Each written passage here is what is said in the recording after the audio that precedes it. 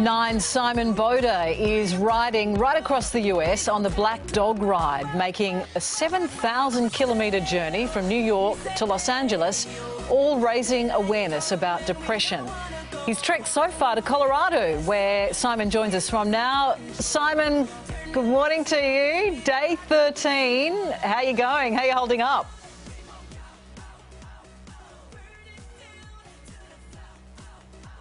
Deb, do you really want to know how we're holding up? I think all the guys behind me and myself would say we're tired, we're hot, we're smelly, and a few of us are a bit too woolly for too many likes. But look, we're holding up pretty well overall. The bikes have been going great. All the riders are going great.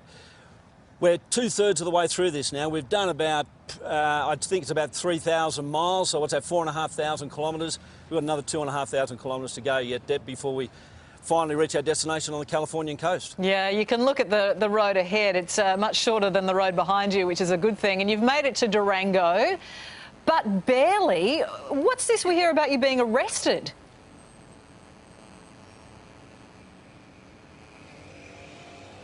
Oh, look, this is just a terrible rumour that's running around, Deb. I don't even know how it started. We can see the pictures. It's completely innocent. I had lunch in a town called Shamrock in Texas, and the sheriff turned up. Well, OK, I guess the pictures don't lie, but yeah, he handcuffed me, he threatened to taser me, but then we were great mates afterwards, and I think it was a G-up by half of these blokes for this to happen, but it was all in good fun. And when you think about what we're doing, we're raising awareness of depression and suicide prevention in first responders, such as that sheriff in Shamrock, Texas. And I think it was poignant that he joined in the fun that we had on the day, and yeah, it was a bit of fun. I was really worried though that they weren't going to undo those handcuffs and I'd be handcuffed all the way to the California coast.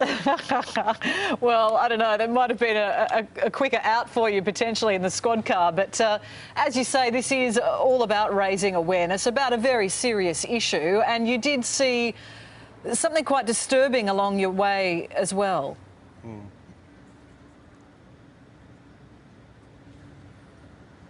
Yeah, Deb, we left Santa Fe this morning. Some beautiful scenery through there, the ranges through there, just amazing. They change with every turn that you take. And we were heading for the Rio Grande Gorge, which is the massive bridge that spans the Rio Grande River and the gorge there. And we got held up at a roadblock just before we got onto the gorge bridge itself. And what had happened was a young man, had taken his life, thrown himself off that bridge just before we got there.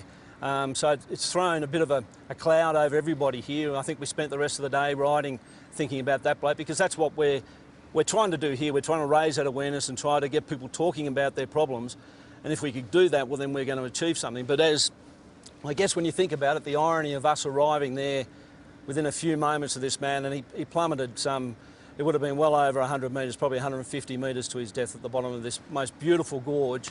And they had to retrieve his body, and we don't know his background, we don't know who he was. I spoke to the local sheriff there and he said, yeah, well, it's a bloke, and they tell me they get about one a year from that bridge. There's no barrier there to stop people climbing over it, but one a year, one a decade, one a century is just too many. Absolutely, really disturbing, but as you say, hitting home why you're on this ride in the first place. And OK, 2/3 of the way, 8 days to go. What are you expecting for the final leg?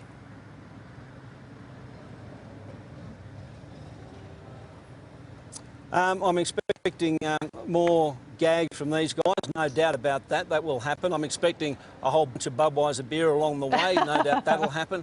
We're going to be going to Las Vegas, we're going to be going through Arizona, back onto Route 66. We've travelled a lot of Route 66 as it is to this point, but we'll be back on it again at Kingman, which is the mother road, if you like.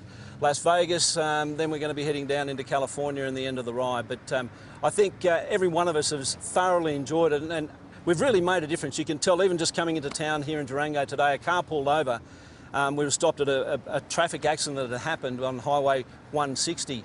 And this lady went in a window. She said, I just heard about you guys on the radio. And she'd obviously heard all about the Black Dog, and she was pretty impressed that the BlackDogRide was getting so much publicity. And I think that's what's happening now. It's starting to build a momentum as we've gone across the states, raising that awareness and trying to get rid of that stigma surrounding this terrible mental illness. Yeah, well, you do a tremendous job on the ride in Australia, and it's great to see that that's continuing across the United States on that iconic road. We'll check in with you, I think, for the final leg and find out how you go for the last week of it. Good on you, Simon. Don't get arrested. Watch out.